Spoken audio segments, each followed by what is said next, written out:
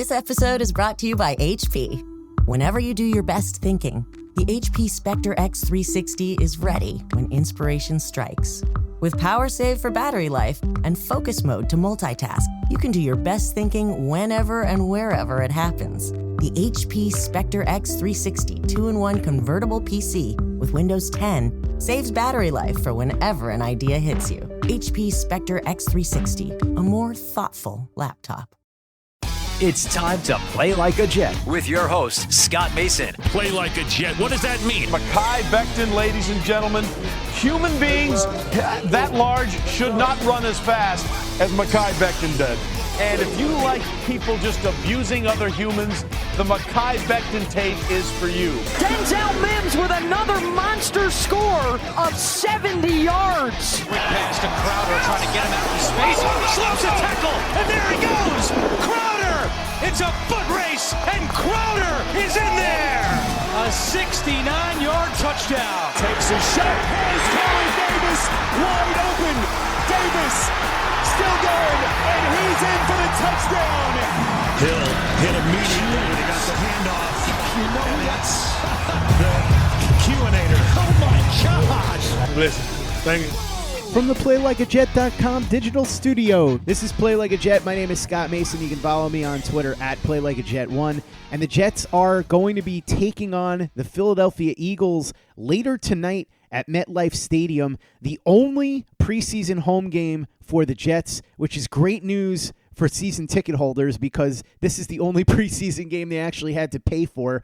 So we'll answer your questions ahead of the game with the owner, the operator, the lead reporter, the whole shebang over at jetsinsider.com. And above all that, a very big deal, Mr. Chris Nimbley. Chris, are you excited for this preseason finale? I mean, I'm excited for it to be over. I'm excited for the finale part of it. I hate preseason games. I appreciate the value of them, the purpose that they serve. They are necessary. I hate having to go and cover them. I just hate them.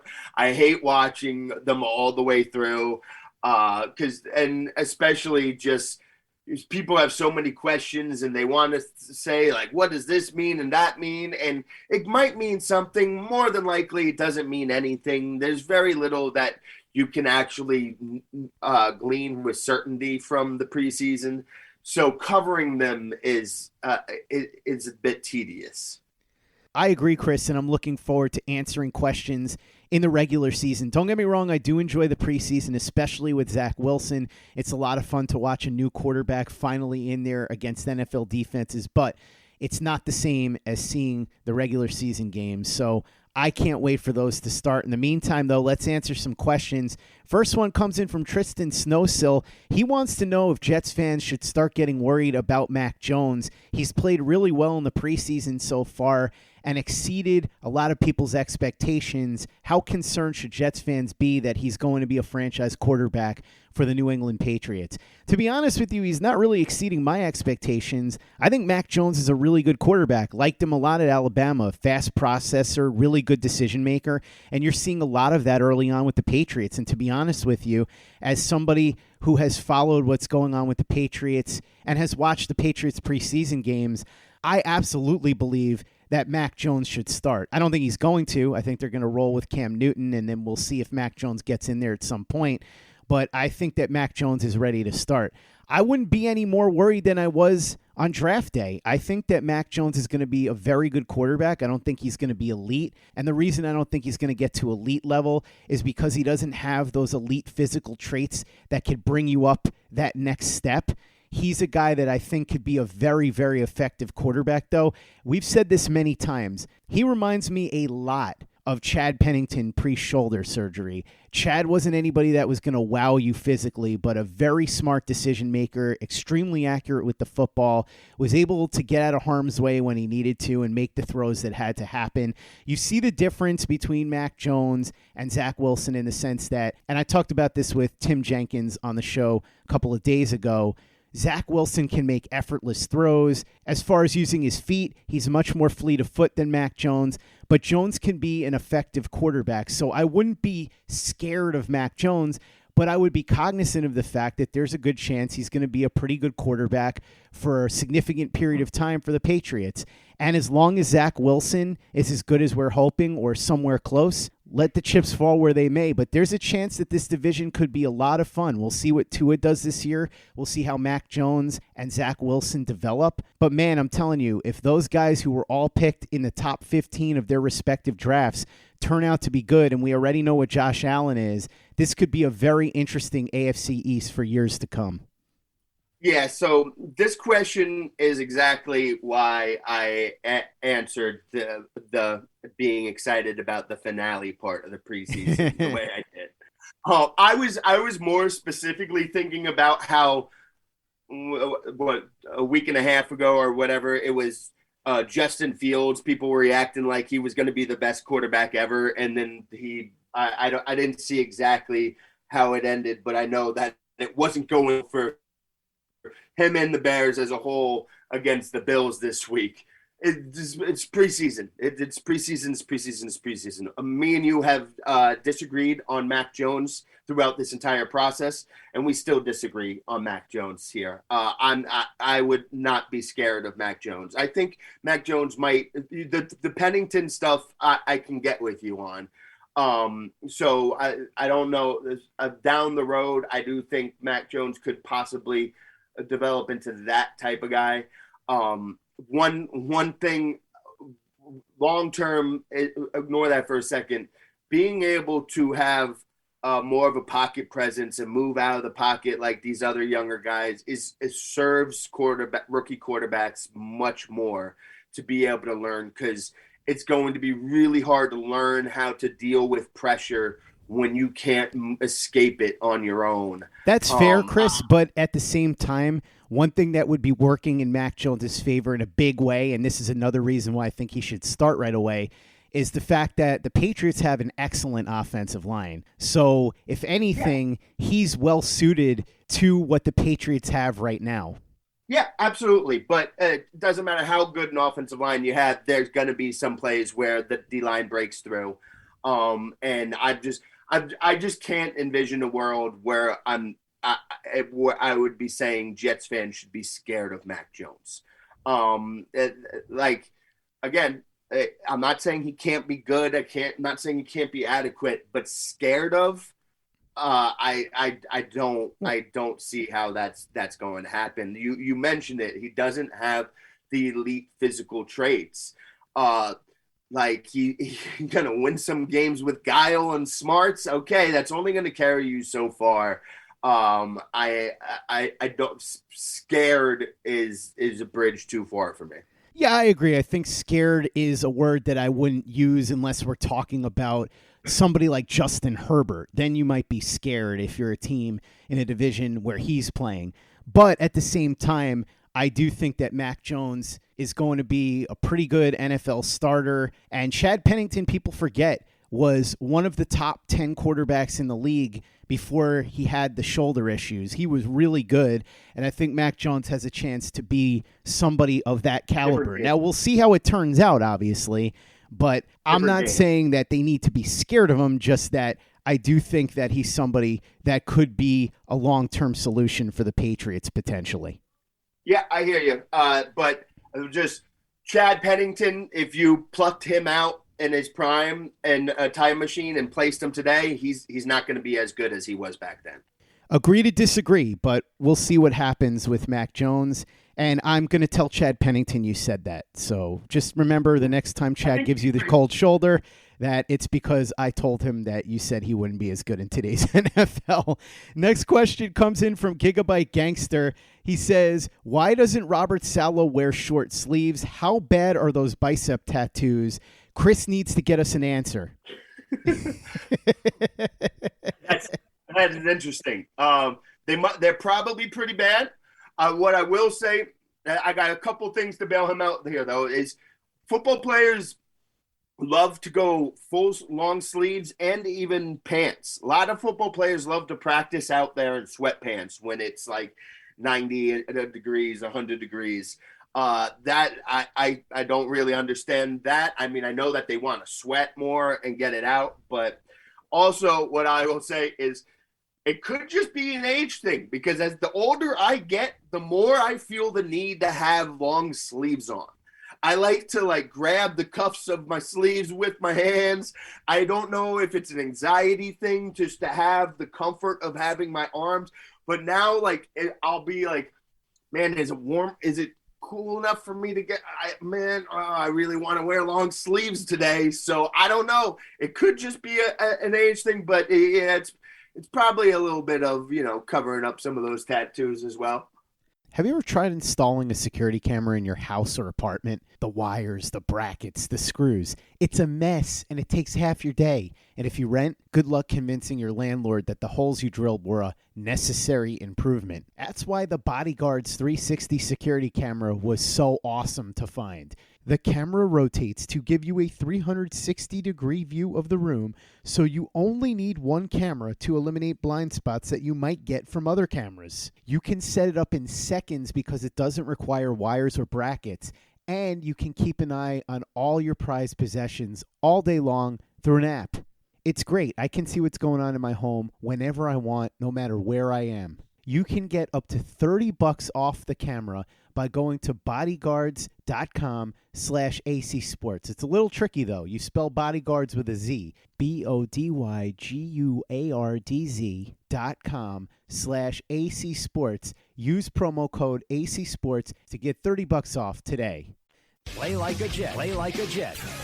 Next question comes in from CC716. He says, besides the waiver wire, do you think Joe Douglas might make any trades before week 1, possibly at corner or edge rusher? Also, do you think it's possible that the Jets leaked to Adam Schefter that they may be looking to trade for an edge rusher in an attempt to send a message to the agents of free agent pass rushers that are available that they are not their only option and they could go another route to try and drive down their asking price? All right, well, I'll start here. Whenever you see a report like that Schefter report, the first thing that you should always ask yourself is who does this serve? Who benefits from this news being out there? And there's a couple of different options here. In this instance, there's not a clear answer because it could be the Jets trying to do that. It could also just be Chandler Jones' agent, specifically Chandler Jones' agent out there trying to get something moving. It could be somebody from another team. Maybe the Cardinals are doing it to try to get the interest peak there. So there's a lot of reasons why for that specific thing there, where it could be a lot of people could benefit from that. So I'm not sure exactly where that's coming from, but it depends. I'm not going to sit here and say, no, they're not going to trade for anybody, but I would be surprised if they trade anything higher than a 5th round draft pick for somebody. One thing I have been wondering and thinking about is, and maybe it's also the idea of they need to replace Carl Lawson. This defensive line is still pretty good right now. There's still a lot of people there, between John Franklin Myers, Quinnen Williams, Vinny Curry when he comes back, Kyle Phillips when he comes back, Bryce Huff. They still got a lot there. Maybe this might get them more interested in trying to find a veteran corner. I haven't heard anything. I did some looking around into that, and I haven't heard anything now. They still seem comfortable there, but maybe this could spur them to address that part of the team more. But again, I obviously waiver wire, you're going to see some moves there. I think you're going to see them try to look to attack depth on the offensive line there first and foremost. I'm not going to rule out a trade, but I'd be surprised if they're giving up anything more than a 5th round draft pick. Next question comes in from Frankie J. He says, why do fans overreact so much to August practices against a team like Green Bay, one of the best in the NFL, when you know that the Jets have a new coaching staff, a new quarterback, a new system, one of the youngest rosters in the league? I don't understand why people don't see this and instead choose to freak out. Oh, man. This is a question after my own heart. Thank you very much for this question, because you are correct. I just think it's this simple, really. It's just kind of the way we are as a society, as a people in 2021. People can't just not react. People feel compelled to react on everything. I say it all the time. Other people on Twitter say it all the time. It's like, you don't have to have a voice and opinion on everything. We don't need to hear your opinion on every single thing. And it's the same for practices in the middle of training camp, joint practices against their own team, preseason game. You don't need to have a reaction to every single game, every single play, every single practice. You don't need to. You can just take the information in and go, okay, store it for later. Like the first preseason game, I know they had those 2 short yardage run plays. And the first one went by, and I really didn't like the run play. But I'm like, all right, first preseason game, not going to say anything of it. The second one they went, I was like, okay, normally in this situation, this is a type of thing that I'm going to harp on. It's still just a preseason, so vanilla game plan and all. But I want to mention it now, put a pin on it, just in case this is something that keeps popping up over and over again. But, you don't need to have a reaction. Like, you can just say, okay, that happened. That doesn't mean anything. Maybe it means something. Maybe it doesn't. We don't know. So I just think it's just kind of where we are as a people and as a society, where people feel compelled to have a reaction. And that is obviously going to be an overreaction one way or another. And if it's not met with if the reaction isn't a shrug, then it's going to be a reaction one way or the other. And I just think that's where we are. People just feel compelled to react to every little thing. You can't just watch a game or just watch a play happen and just be like, hey, that was a nice little play, or man, that was a bad little play. It doesn't mean anything bigger picture, but people really struggle with that. Everything has to be the be all and end all.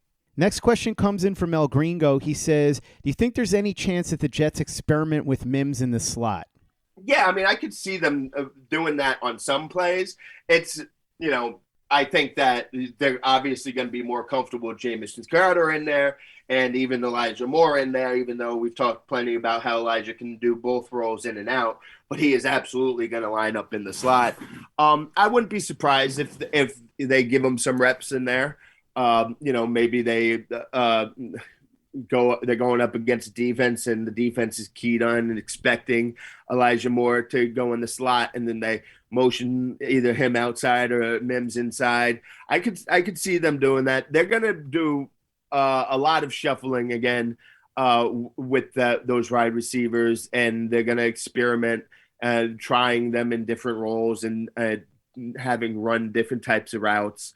But he's not going to become primarily a slot receiver. He's an outside receiver. He's going to do his damage on the outside for the most part. And I think they're going to stick with that. But a couple plays, handful here and there, sure, absolutely. Next question comes in from Michael Parsons. He says, are there any players that you've watched at camp that stood out to you and you said, whoa, being surprised that they were playing a lot better than you ever expected?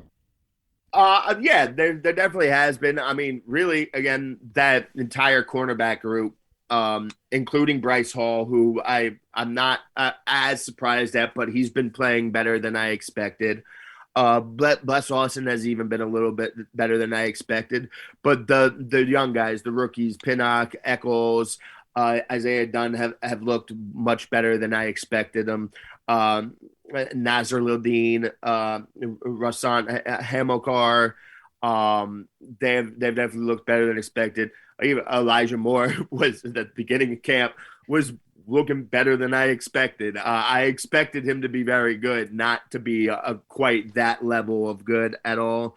Sharon Niesman is another one that has looked much better than I expected. And then we've talked about I was down on Tevin Coleman, expecting him not to look as good because of all the injuries he's mounted over the years, and LaMichael Perrine as well. He has really impressed me. I had written him off the roster basically during the offseason. I was saying, like, I don't expect him to make this roster, and now I would be shocked if he doesn't make this roster, because he's played really well and well enough to deserve a spot on this roster from what we've seen in practice so far. Next question comes in from Caesar Sala. He says, what did Carl Lawson do to deserve getting hurt? It seems ridiculously unfair for someone who comes across as a genuinely nice guy. Also, Harry Skillman says, why can't Jets fans have nice things? Bloody hell. And then I'm going to throw this into the equation, Chris. Do you agree with my theory, which is that the football gods decided that after Mike Tannenbaum traded John Abraham to the Atlanta Falcons in 2006, that the Jets were not allowed to have a premier edge rusher for a generation? That's my theory. I'm sticking to it. I mean, listen, your theory and the Jets just can't have nice things theory are as good as theories as anything else. The other theory that's as good and probably better is just, things happen. This is football. Football players get hurt. They tear their Achilles. They tear their ACLs. They get hurt and miss the entire season. It can happen in practice. It can happen in the game. It can happen training in the off season at home. So, it's terrible. It's a shame, especially having the camp he was having, that position. I like Robert Saleh talked about it a week or so ago in camp. Someone asked him specifically about the Jets not having that. And he's like, you guys understandably are focusing on just the Jets not having it, but pass rushers are kind of like the quarterbacks of defense in the sense that there's only like a handful of elite ones, and like not every team gets the elite ones. There's only a handful of them. It's really hard to get those guys. But the Jets got one this offseason, and he was playing up to it and living up to it. And man, like that's probably the worst part is like if this had happened in OTAs, like if this had happened earlier before he had just dominated training camp and got everyone so excited, knowing especially how crucial that type of player can be to a Robert Saleh defense. Man, it just built all the excitement up. And that's the classic Jetsy part of this. I think that's the classic part of it. Again, I'm talking about, this is football. Things happen, injuries happen. But the Jetsy part of this is that he did just enough to get everybody super excited and to the point where it was like, all right, we're good. We're ready for him. And then this happens. Like, that's the Jetsy part. You get super excited about something. You start to have no concern, no doubts about it. And then, boom, hurt, out for the season.